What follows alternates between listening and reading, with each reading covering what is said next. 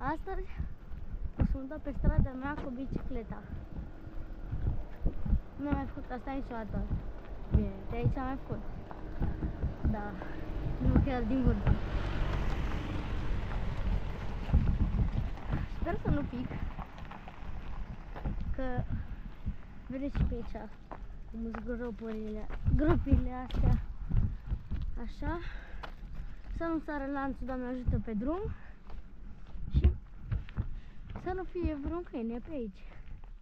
Că mai începem.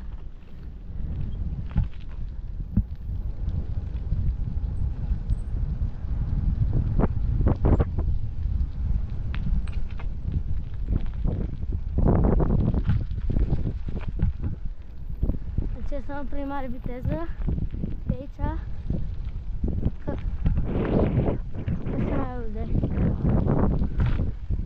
Și prin și mare viteză dacă vă spunea.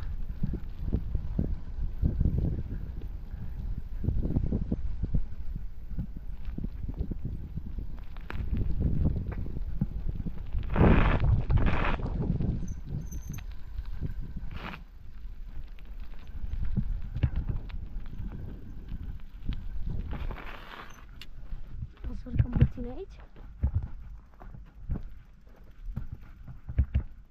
Aceasta este o coborâre frumoasă cu bicicleta.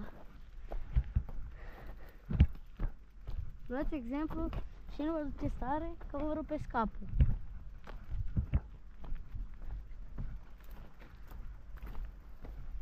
Aici, normal, n-aș avea voie, cred, dar asta e.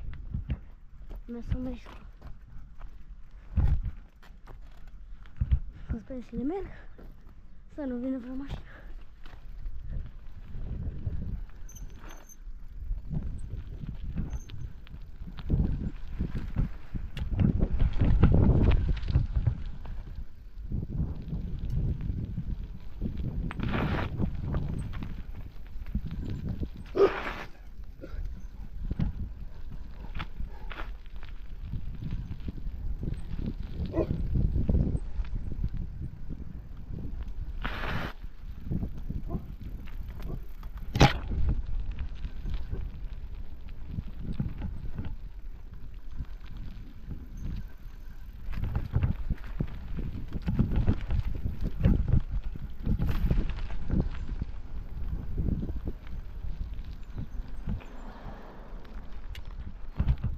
Și am ajuns acasă.